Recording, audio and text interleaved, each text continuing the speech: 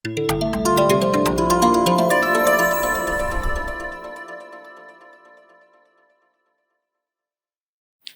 folks, welcome to another episode of the Auroville Files. Well, at the Auroville Files, we have not just been exposing corruption and documents of land and economic offenses in Auroville, but we have also been collating this information and providing these information to the union government so that they can do something about it. We were also sending letters and RTIs to union government and various other offices like Ministry of Home Affairs, to the CAG, to the Ministry of Education, and also Auroville Foundation. I also filed a public interest litigation in Madras High Court because this is for the betterment of Auroville so that our public donations, government grants are not going into illicit means and wealth.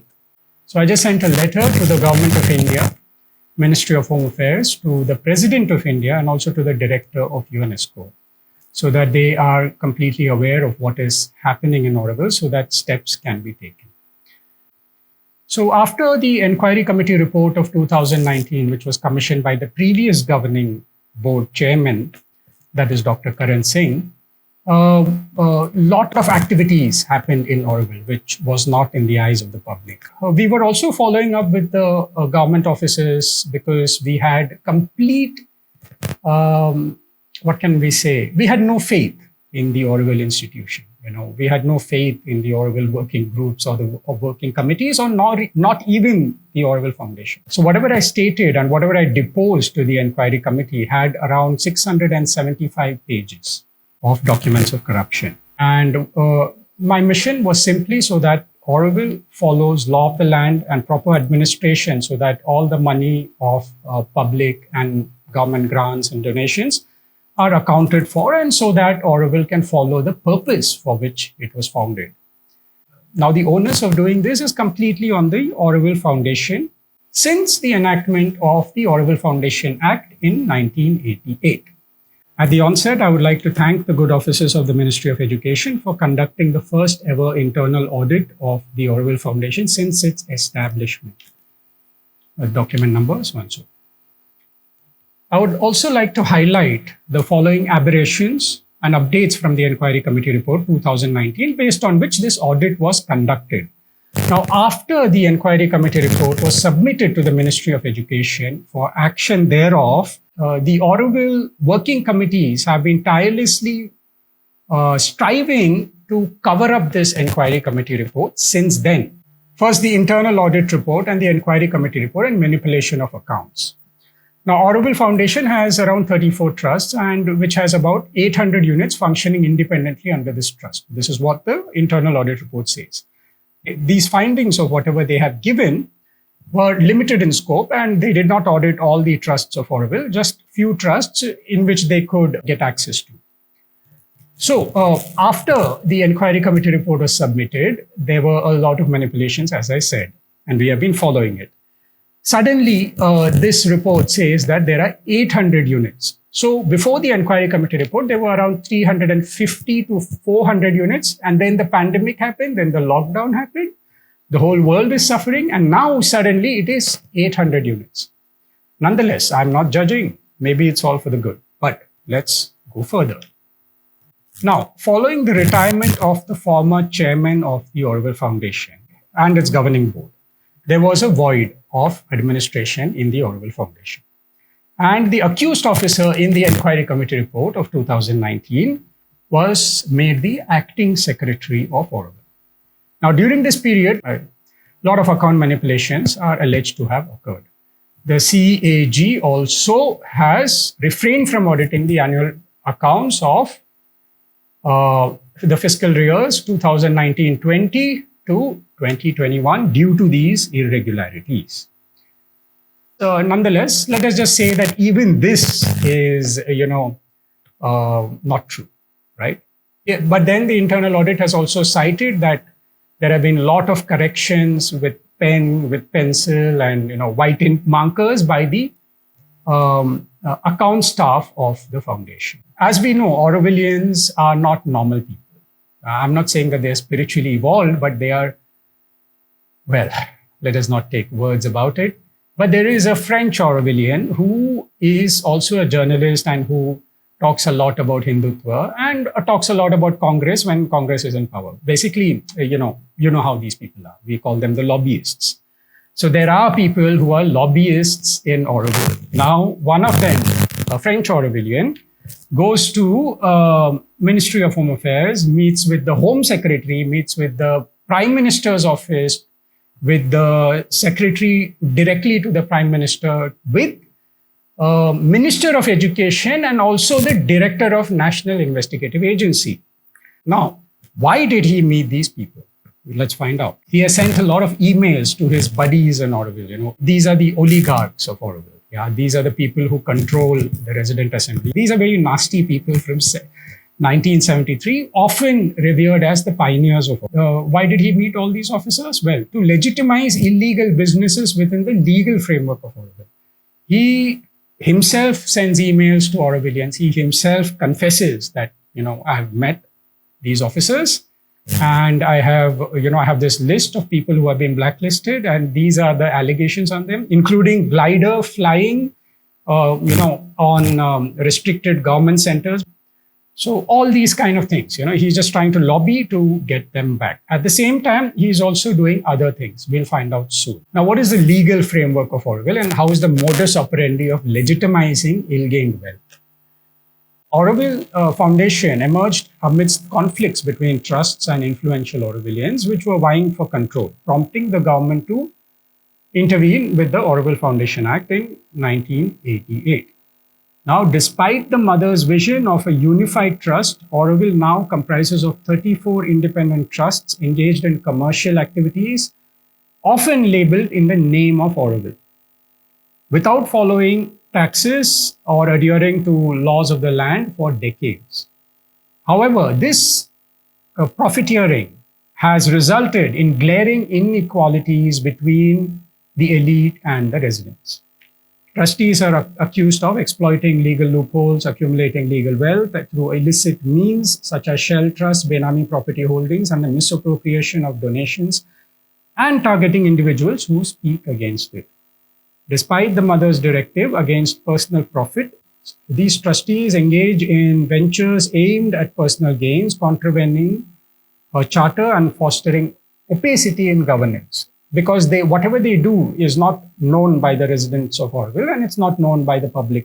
Most of the protests that you saw, during the implementation of the Crown Road, which is a fraction of the master plan, were actually pivotal figures who are actually, controlling this entire nexus. Then I gave some evidences of diversion of donations and the RTI reply by the Auroville Foundation, which tried to, give dilly-dally answers. Aurovilian's report in 2020 of more Benami properties. So in 2019, I gave a report which had various Benami properties, sales deeds, etc. Now, in 2020, there was another report which was published. That is after the Enquiry Committee report. I've attached that also. It also has land purchase documents of the accused officer in the Enquiry Committee report. Why did this French Aurovilian go and visit all these great officials? You think he's doing a good job because he's rescuing small people who are accused of, probably like some small donations for dog shelters or violating small visa laws. But he's not just rescuing those small offenders. He's also rescuing himself and the main people in the nexus. And he's also trying to bring back, people with a history of child abuse and pedophilia. A person who has just flown a glider over government restricted areas. So this is how deep he's going. Now, it is pertinent to know that his spouse also held an executive position in one of the most famous Auroville units, which exports incense oils and candles to other countries. Now, in the same unit, the CBCID idol wing also has recovered various idols. The mother also said that Aurovilians have to work for and only for Auroville. But at the same time, he also has another trust, a shell trust is what we will say, because Aurovilians are not allowed to have trusts of their own. Nonetheless, he has a trust called Foundation Against Continuing Terrorism, which is not permissible for Aurovilians. which solicits donations for a museum in Pune. We also made this post on Facebook, which, asking people to donate to his cause of continuing terrorism, continue to fight terrorism. Working committees have people alleged of donation fraud and facilitating vested interests. Now, the Auroville Foundation came, there was a lot of ruckus. It also changed a lot of procedures in administration. It did a lot of good job. And at the same time, because of this, dream of self-governance and autonomy, they also have stationed people in working committees. So the Auroville Foundation's working committee member also has a history of cheating another NGO and, investing in a Benami property. Apart from this, people who have evaded taxes and, have business interests in internet and other kind of ventures in Auroville are stationed in the FAMC, Auroville committees and various other bodies, including the Auroville Land. A lot of executives of Auroville were also changed. But while they were changed, these executives have also transferred various big amounts of money to their offshore accounts. Please remember, anyone who comes to Auroville is coming on a volunteer visa for and only for Auroville. Yeah. And they are working for Auroville and all earnings come to Auroville. They are using the loopholes of visa and, tax evasion and other kind of words of autonomy and self-governance by bypassing visa laws, by bypassing the mother's sayings. What they have done is that they have unduly enriched themselves. And they have also transferred huge amounts of money to their offshore accounts. There is an update on the case which happened with me because the criminal gangs were involved. And I've given a chronology of events of that. Illicit economy of Auroville Land Board and criminal gangs. Now, what they do not tell you is that the entire area of Auroville is completely porous. It is insecure. It is full of criminal gangs. Murders happen in broad daylight, okay, on Auroville Main Road, right opposite Tanto, yeah, on a Sunday. There are notorious villages around Auroville which, have given birth to criminal gangs, because the master plan has been kept at a moot point ever since 1983.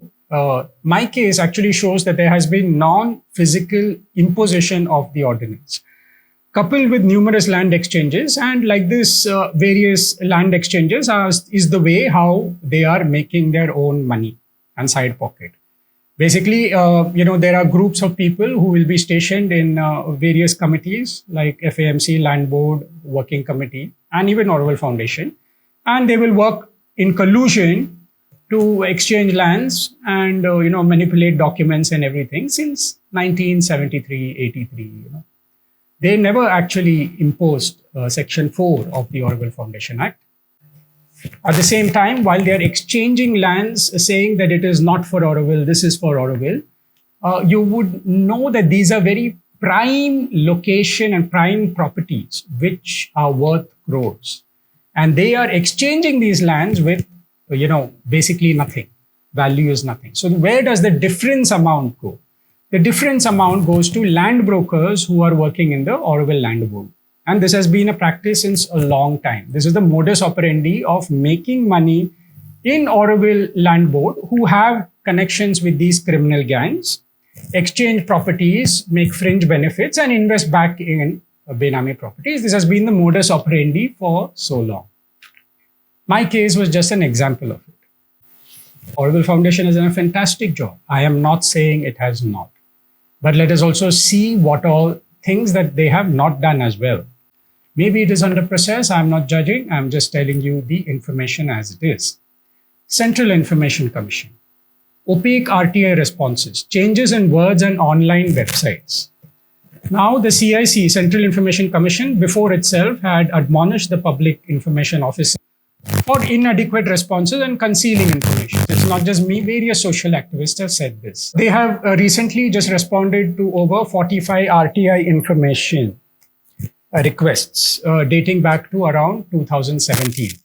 These responses warrant scrutiny by central investigative agencies because it suggests a pattern of corruption financial manipulation and evasion of disclosure by the Auroville Foundation. And at the same time, Auroville's media has been changed. So Auroville's online platforms are substituting terms such as in-kind, contribution, and donation. Money circulates in Auroville economy while justifying crimes with human experiment, privacy of Aurovilians, suggest an attempt to circumvent legal obligations. This is how they've been working so far. Now, the Central Bureau of Investigation has refrained from initiating any inquiry, citing prior authorization under Section 17A of the Prevention of Corruption Act 1988 and with its amendments. The Auroville Foundation is a parliamentary act and all the assets belong to the government of India. It is being funded by public grants. It is being funded by donations. Volunteers are coming there. They are trying to refrain from investigation, saying that they need prior approval before doing so. Well, this is how they will try to rescue every public officer from whatever has been happening. And they will say that this is how it is. We've done everything in goodwill. Nonetheless, now it was the CBI previously who did investigation into Auroville. That is what happened before the Auroville Foundation Act. And based on the allegations and corruptions, the CBI had conducted investigation into the Sri Aurobindo Society. The Sri Aurobindo Society has been acquitted of all charges. The papers of investigation of the original owners and the documents are with the Central Bureau of Investigation since then. The Kulkarni Committee report, that is the governor of Puducherry at that time, had made a report based on which the CBI had acted. Even that entire report was not placed in the parliament, neither was it given to anyone. So I asked in an RTI to the Ministry of Education, if you have it, they said no. The Auroville community engages in intimidation, verbal abuse, and lodging false complaints against individuals who question the operations of the criminal network within Auroville. So the French Aurovilian, which I had cited before, had also met with the director of NIA and provided them with photoshopped, manipulated images in an attempt to incriminate me. So the emails, he is gloating about giving a photoshopped image to Ajit Dovalji and telling him to take action on me. Yeah, and these are the conversations which are there in the email. You can go through it. The Auroville committees, land board, and other entities have attempted to suppress the dissemination of truth by targeting my social pages, websites, Twitter, and even emailers. People who talk about it, they try to target them. So I have been trolled, I have been abused. A lot of things has happened to me by these bunch of crooks. So the Auroville Foundation issued me a letter stating that the Auroville Files has helped them in proper administration and that I have not violated any trademark or wordmark laws. Historically, it's not just the Auroville Files, but this Auroville media groups also target anybody who questions their corruption, from the Secretary of Auroville Foundation to IAS officers to even judges. They also try to target the BBC pedophilia child abuse documentary in Auroville. So this is their modus operandi. Their modus operandi is to give a lot of flowery words and beautiful things about Auroville so that people come and donate and give their voluntary service to Auroville. And otherwise the nexus stops, right? Otherwise, how will you unduly enrich yourself? Now, there are 70% of the residents who are unaware, who are doing all their work according to Karma Yoga of Auroville, but these people are benefiting, are making money out of it. Nonetheless, I had no human rights, redressal, because that happens to everyone. It's not just me. People like me try to speak up, and there are a lot of people who just keep quiet and, let it be. Because why do you want to put your neck into the lion's mouth? Because your visa, your housing, your livelihood, everything depends on this criminal nexus. So I filed a Tamil Nadu Human Rights Commission complaint. I don't think I'll ever get justice, and justice delayed is justice denied, but it's okay. But I should tell the government offices as to how is their modus operandi of attacking individuals. And various people like me have been slaughtered by them. And, so there is no justice system. People are discouraged from going to court because if you go to court, they say, this person is destroying Auroville. So these are the kind of rumors and these are kind of psychological warfare they play on these Aurovilians. So the poor people are just working, and these 30, 40 people are enjoying the benefits of it. So what I've said above is just in brief. And I also have a lot of other documentation pertaining to the subject matter, which I shall make it available to investigative agencies as and when required. And more details of the documents and articles are in aurovillefiles.in. So what is my prayer? My prayer is that you dissolve all trust into the Auroville Foundation so that there is streamlining of accounting practices, enhanced transparency by replying properly to RTIs, aligned with a centralized system as the mother envisioned. Mother didn't envision 34 trusts, there was one trust. So let us go with that and consolidate all the assets, because right now what is happening is you've consolidated, but the beneficiaries are the same people. The people who have actually robbed, you are actually legitimizing ill-gained wealth. So this is what I'm requesting that the government does not do. And also consolidation of this and giving everyone equally means that there is no power struggle, there is no lobby, there is no criminal nexus who is going to vie to take positions in land board or working committees or other places, and everyone is equal. So hence, there is no lobby, there is no power in Auroville. Then there will be equality amongst residents of Auroville. But right now, the rich are getting richer and the poor are getting poorer in Auroville. I've also asked for central agencies as recommended in the Enquiry Committee Report 2019 and the developments to date, because there's a lot of developments which has happened from that time and we have been following everything. We have all the documents to provide as and when necessary. And the objective is to unveil this criminal nexus, this entire people of 30, 40 who comprise of both left and the right lobbies. And it has been going on for decades. And this is why Auroville is not blossoming, because you're not allowing these 70% residents to have equally. And only through such investigations can Auroville boldly spring towards future realizations. And I've also requested all the concerned offices to re-evaluate the Auroville Foundation Act and suggest amendments to realize the fulfillment of the mother's vision. All the evidences are in the links given below. Only by truth can Auroville really boldly spring towards future realizations. So folks, that's it from Auroville Files. This is VikramRam, the editor of Auroville Files, signing off.